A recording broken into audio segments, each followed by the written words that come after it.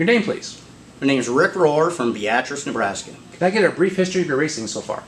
Yeah, I started racing in 1988 in Beatrice Speedway. Raced about 4 to 5 years, and then took time off for the family. And in 2006, started back into racing by the way of my mother wanted me to go look at a car that a gentleman had for sale. He opened the garage and it ended up being a B mod.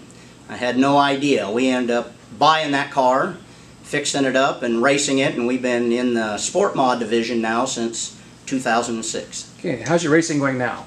Really well. We're second place in points at Beatrice Speedway. Lance Borgman's leading the points, very good competitor. And but you know, the point championship is within sight. We just got to race hard week to week. Okay, tell me about your car. This car here is a 2017 Jet Mod, John Sadoff. I bought it brand new. We've had it now, this is our second year on it, and a really good car. We're having good success with it. Did you choose a color? Kind of a family tradition, purple and whatever, but this year purple and yellow. We change the color every year just as another tradition, but we try to keep the purple in there. Okay, for the mechanics watching this, can you give me a little rundown on your motor? Yeah, I run an open motor versus the crate engine. Of course, we know the crate engine is a sealed engine, and I'm mechanically inclined, so I like to play with the motor. I run an open motor, which is a 355 Chevy. I just feel that it works the best for me. I can make changes on it. The crate engine guys are just, it is what it is, but I make changes on mine, try to make it better week to week. Okay, you kind of went over this, but what are your overall goals? Well, like I said, we're so close on points, the overall goal would be to win the point championship. Like I said, very stiff competition. I kind of feel honored to be in second, actually, but we're going to keep digging. We're going to try to win that point championship. And where do you race at? Mostly Beatrice. We went to Eagle last week due to Beatrice being off for a week.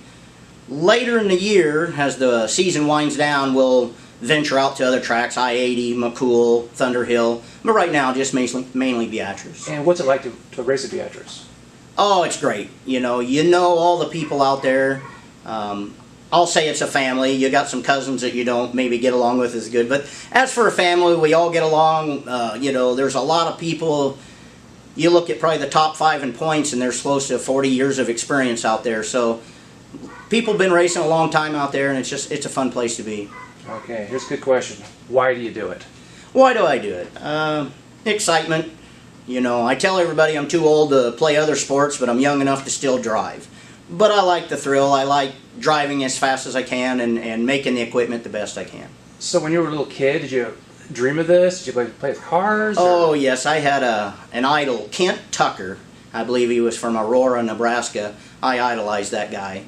And believe it or not, he actually called me about maybe 2 years ago. I made a statement in a newspaper that mentioned him, and he actually looked me up and called me and straightened me out on something that I quoted wrong. Very good. Give me a shout out to your crew. My son Dustin, _1, he's crew chief, really coming along on the suspension thing, really making me fast. The wife Heidi, daughter Brooke, son Dustin, and nephew Colby, pretty much a family event.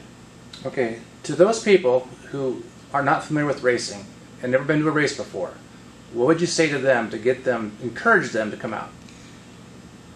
I would say if you go to the movies or read a book, it's not real. Yeah, it might be exciting, but it's not real. This here's real. It's not scripted. We don't know how it's going to end at the end of the night. And it's real live people from the community that are competing out there. Cars are going fast. Adrenaline's going fast. Tempers may even go fast. And it's real. It's as real as it gets. Mud flying in your face. Some people say, well, it's loud and it's dusty. Well, in our world, it's supposed to be.